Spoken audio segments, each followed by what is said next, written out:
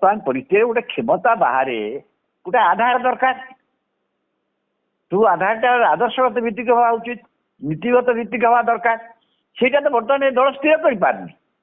ବିଜୁ ଜନତା ଦଳ ଗୋଟେ ଆଞ୍ଚଳିକ ଦଳ, କିନ୍ତୁ ଆଞ୍ଚଳିକ ଦଳର ଇଣ୍ଟାୟାର ଆଞ୍ଚଳିକ ଦଳ ଗଠନ ହେଲାଠୁ ଆଜି ପର୍ଯ୍ୟନ୍ତ ପ୍ରସ୍ତୁତ ସେମାନେ କ୍ଷମତାରେ ଅଛନ୍ତି। ସେ କ୍ଷମତାକୁ ନେଇ ସବୁ କଥା ଚିନ୍ତା କରିଛନ୍ତି। କ୍ଷମତା ବାହାରେ ବର୍ତ୍ତମାନ କରିବେ କ'ଣ? ସେମାନେ ଜାତୀୟ ଭୂମିକା ମଧ୍ୟ ଭୁଲି ଯାଇଛନ୍ତି। ଜାତୀୟ ଭୂମିକା ସେ ନେଇଗଲେ ତ କେନ୍ଦ୍ର ସରକାର ଯିଏ ରହିବ ତା ସହିତ ପାଖରେ ରହିବେ। ଦ୍ୱନ୍ଦ୍ୱରେ ଅଛି ବିଜେପି ବିଜେଡି ଦ୍ୱନ୍ଦ୍ୱରେ ଅଛି ନିଶ୍ଚିତ ଭାବରେ। ଏବଂ ଯୋଉ କଥା ଆପଣ କହିଲେ ପାଣ୍ଡିଆନ, ଧରନ୍ତୁ ସେ ବର୍ତ୍ତମାନ ଲୋକମାନଙ୍କ ପାଖକୁ ଯେତେବେଳେ ଯିବେ ସେଇ ଧରଣ ରେସ୍ପନ୍ସ ହେଇପାରେ, କିନ୍ତୁ ଅନେକ ଲୋକ ଆସିବେ। କାରଣ ବର୍ତ୍ତମାନ ତ ଓଡ଼ିଶାରେ ଯଦି ଆପଣ ଦେଖିବେ ଏବେ ମଧ୍ୟ ବି ହେଇପାରୁଛି କ୍ଷମତାରେ ନାହାନ୍ତି। ଯଦି ଓଡ଼ିଶାରେ ପଚାରିବେ ଆପଣ ସବୁଠୁ ପପୁଲାର ଲିଡର କିଏ, ତେବେ ତାଙ୍କ ନାଁ ଆସିବ ନା ନମ୍ବର ୱାନରେ, ଏବେ ବି ଆସିବ। ତେଣୁ ସେଇ ଦୃଷ୍ଟିରୁ ସେତେବେଳେ ଯିବେ ଲୋକ ହେବେ। ଲୋକ ନ ହବାର କାରଣ ହେଉଛି ଲୋକ ବି ଆସିବେ, କିନ୍ତୁ ଲୋକ ଆସିଲେ ତାଙ୍କୁ ସେଠି ତ କହିବେ ଲୋକମାନେ। ସେ ଲୋକମାନେ କହିବେ କୋଉ କାରଣରୁ ନିର୍ବାଚନ ସେମାନେ ବିପର୍ଯ୍ୟୟର ସମ୍ମୁଖୀନ ହେଲେ, ହାରିଲେ କାହିଁକି। ସେଥିରେ ତ ପାଣ୍ଡିଆନ କଥା ଆସିବ ନା ନାହିଁ। ସେ ଏଠି ଲୋକମାନଙ୍କୁ ଦବେଇ ଦେଇ ପାରନ୍ତି, କିନ୍ତୁ ଲୋକମାନଙ୍କ ପାଖକୁ ସେ ଯିବେ, ସେ କିପରି ଭାବରେ ଆଲୋଚନା ସେମାନେ ସେଥିରେ କରିବେ ନା ନାହିଁ, କେବଳ ଭାଷଣ ଦେଇ ଚାଲି ଆସିବେ। ଯଦି ସେ ଲୋକଟି ସରକାର ଆଲୋଚନା କରନ୍ତି, ଆଲୋଚନା ପରିବେଶ ହୁଏ, ଲୋକମାନେ ତ ସେ କଥା ରଖିବେ ନା କର୍ମୀ ମାନେ ସମର୍ଥକ ମାନେ ସେ କଥା ରଖିବେ କୋଉ କାରଣରୁ ବିପର୍ଯ୍ୟୟ ହେଲା।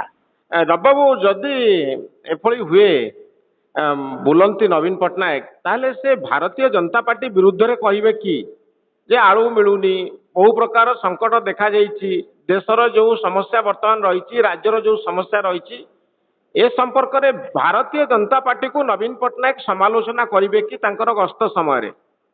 ନାଇଁ କରିବାକୁ ବାଧ୍ୟ, ନହେଲେ ଯିବେ କାହିଁକି? ସେ ଗଲା ପାଇଁ ତ କରିବାକୁ ବାଧ୍ୟ। ସିଏ ଗୋଟେ ଯେତେ ହେଲେ ସିଏ ଆଉ ମୁଖ୍ୟମନ୍ତ୍ରୀ ନୁହନ୍ତି, ସିଏ ବିରୋଧୀ ଦଳର ନେତା। ତ ବିରୋଧୀ ଦଳ ଏ ସରକାରର ଯୋଉ କେତୋଟି ସଫଳତା ବା ବିଫଳତା, ଯୋଉଟା ବିଫଳତାକୁ ସେ ଧରିବେ, ଯାହା ସେ ସରକାର କରିପାରୁନି, ଯେମିତି କହିଲେ ଆପଣ ଆଉ ହଉ କି ଆଉ ତ ହୁଏତ ସେତେବେଳକୁ ବୁଲିଲା ବେଳକୁ ଆଉ ପ୍ରୋବ୍ଲେମ ନଥିବ।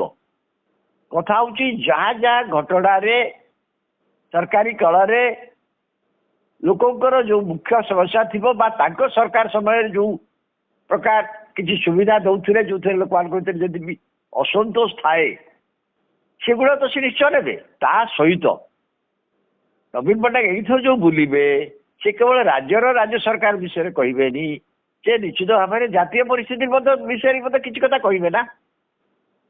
ତ ଆପଣ କହୁଛନ୍ତି ନରେନ୍ଦ୍ର ମୋଦି ଆଉ ବିଜେପିଙ୍କୁ ସମାଲୋଚନା କରିବେ ନବୀନ ପଟ୍ଟନାୟକ ତାଙ୍କ ଗସ୍ତ ସମୟରେ? କିଛି ତ ଗୋଟେ, ତାହେଲେ ତ ନ କରିବେ ଯେ ଯିବେ କାହିଁକି? ସେ ତ ଗୋଟେ ଭାବରେ ଏପରି ଭାବରେ ଯିବେ ଯେ ମନ ପିଛା ସେ ଗୋଟେ ପୁରା କ୍ଷମତାରେ ନାହାନ୍ତି, ରାଜ୍ୟରେ କ୍ଷମତାରେ ନାହାନ୍ତି। ଲୋକମାନେ ତାଙ୍କ ପ୍ରତି କାହିଁକି ଆକୃଷ୍ଟ ହେବେ? କାରଣ ଲୋକମାନେ ତାଙ୍କ ଟିକେ ଆସିବେ, ସେ କ'ଣ ଶୁଣିବାକୁ ଆସିବେ?